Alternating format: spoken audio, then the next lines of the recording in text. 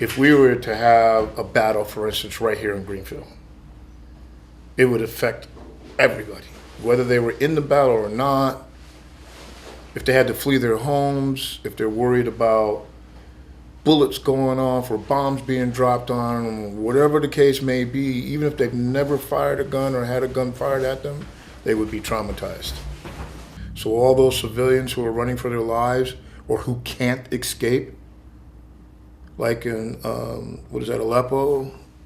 I mean, they're constantly talking about 1 million people stuck there while all these different factions are fighting for control of the city. The collateral damage is enormous. All those people are traumatized, especially the children. It's a big cultural shift. And it's one that you have to make on the run. When it comes down to it, boot camp is supposed to prepare you to be able to go into battle. Not only to go into battle, but to be able to survive the battle. Not only to be able to survive the battle, but be able to take care of the brothers and sisters who might be beside you. When it comes to that kind of cultural shift, it makes you different. There's traumas involved. Just that big cultural shift can be very traumatizing. People may laugh or dismiss it, but it's like in a sense getting into a car wreck, or almost getting hit by a bus as you step off the curb. It's sort of just like one of those things. Then you get immersed in it and say like you go into battle. That changes you profoundly, and you become different. Even veterans who've never gone into battle, it changes you. Mostly all of our veterans suffer some sort of trauma. It's really just the nature of it. You're trained to take another life. You're trained to,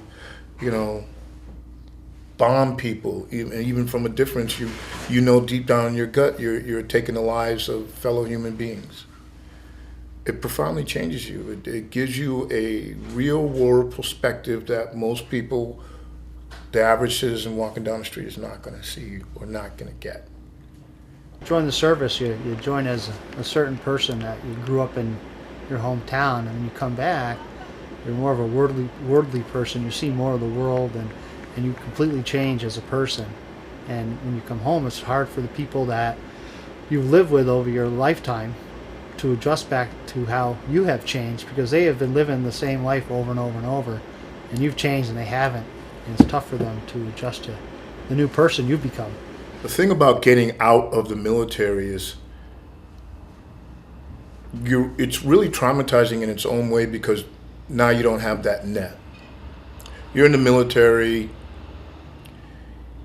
you can get 3 meals a day.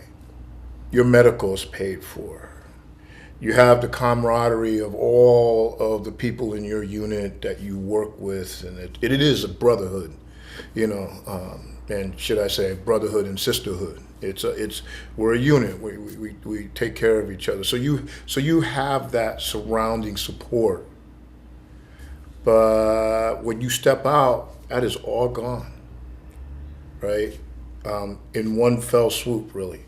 The military is much more of a team effort. It is like, you have battalions, companies, platoons, squads, down to 3-4 person teams.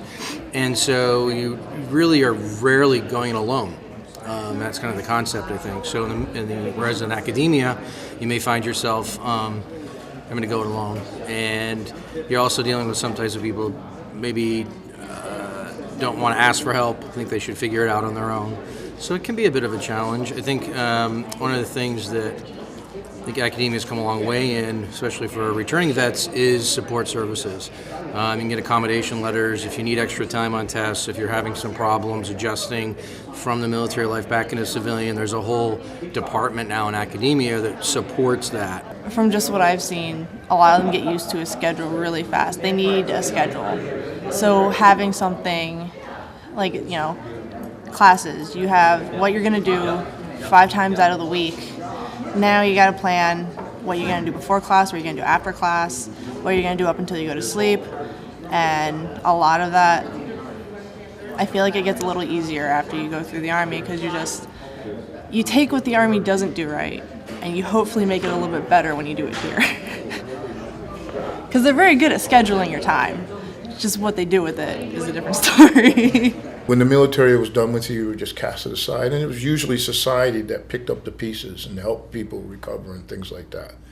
And I think that mentality is still there a little bit. We're a tool, we're used when we're done, or we get broken, or whatever the case may be. Oh, well, we throw that one on the shelf and we get another one.